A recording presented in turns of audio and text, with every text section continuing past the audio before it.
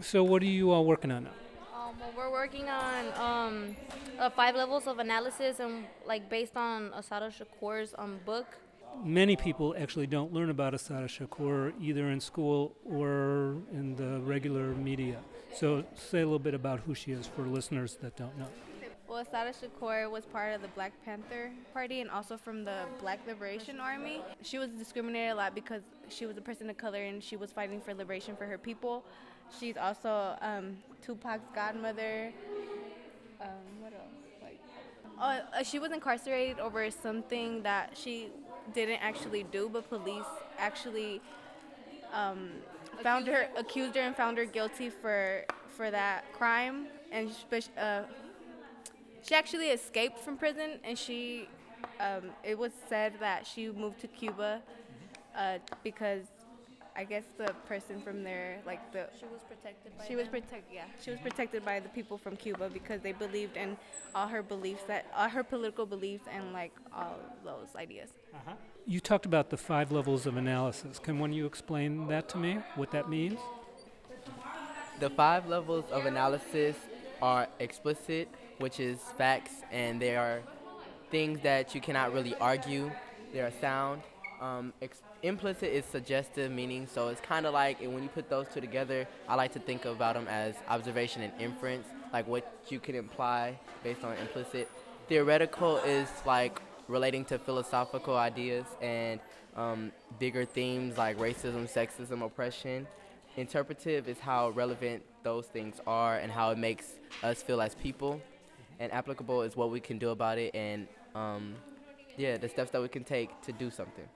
Is that method, like those 5 levels of analysis, something that you regularly do when you're reading something for this class? Well, I believe we're gonna start making it a routine because we just learned this like probably last week, and we used it to analyze Asada's autobiography because it's a lot of things that she herself uses these analysis in her reading, and it helps us better know where she was coming from and what she was trying to say. Cool. Can you give me some examples of other kinds of social justice books or studies that you've done in this class this year? We've talked about Huey P. Newton, who was the founder of the Black Panther Party. We were actually supposed to get into his book, but we decided to finish this because everybody seemed to be really into this for the time. Um, but yeah, we talked about him. We talked about like Malcolm X, Martin Luther King, other people. Yeah, we're trying to remember because we read a lot of books throughout the years. Yeah. With the same teacher, you mean? Yeah. Can you give me any other examples? Animal Farm. We read Push. Divergent also kind of. Well, since I've had Shireen for a couple, like 3 years already. There's a lot of books that like interfere like with the things that could be related to like social justice. So kind of like Push or like even uh, the Diary of a Part-Time Indian. Also, we also worked with Animal Farm. We worked with Animal Farm, and also I think we also read parts of Ronald Takaki. Yeah, yeah. What else? It's just a lot of books A different mirror by Ronald Takaki explains a lot about like different ethnicities and cultures being oppressed um by their oppressors, obviously.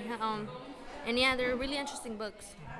Helps us flight too. Yeah, Flight is a good book about a person.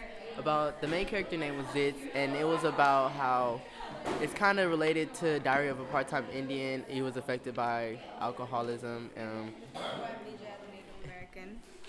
historical amnesia. We talked about Sankofa, which is it was a film that we studied that talked a lot about historical amnesia and what it takes to overcome and defeat historical amnesia as a person, like getting to know your history, to know where you come from and know how to better navigate yourself in life from knowing who you are. How do you feel about being in a class like this? I mean, this is, I assume, somewhat different than the rest of your experience in school. What's meaningful to you about being in this kind of class? To me, it's very meaningful because, like, actually, when I started, high school for as a freshman year, like, I was really naive and I was really like going along like systematic ways. So basically, it really changed my thinking and like how I I always think before I make my actions, or like I think I put my community before anything else sometimes, and it's very liberating because especially like you learn about your ancestors, you learn about yourself, and you're able to identify yourself. You're able to like know where you come from, like instead of just going by the dominant narrative that systems put you through. And I really like taking these type of classes because you just work with people that actually want to know the truth and fight for what they love or fight for what they believe. Tell me your name.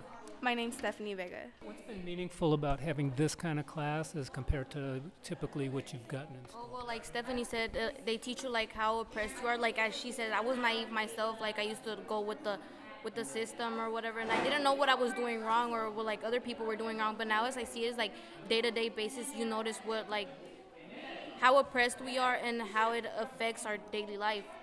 And like my freshman year, I was here for like about 3 months at Castlemont, and then my mom decided to move me to Oakland Unity High, which is on 63rd and Branch Street.